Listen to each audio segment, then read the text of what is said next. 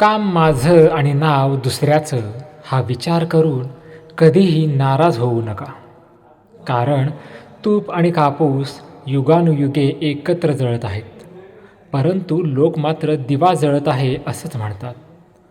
कोणी कसं वागावं हे आपल्या हातात नसतं, पण त्याचा आपण स्वतःवर कितपत परिणाम करून घ्यायचा हे मात्र निश्चित आपल्याच हातात असतं. मधावर पहिला नैतिक हक्क हा फुलांचा असतो, पण मध चोरून पोळ्यांमध्ये साठवणाऱ्या मधमाशांना मात्र त्याचे श्रेय दिले जाते. समाजातही असंच असतं.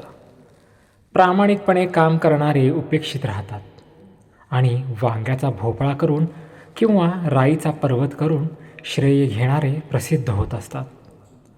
आयुष्य मिळणं हा नशिबाचा भाग आहे, मृत्यू येणं हा काळाचा भाग आहे, पण लोकांच्या मनात जिवंत राहणं हा आपल्या कुशल कर्माचा भाग आहे.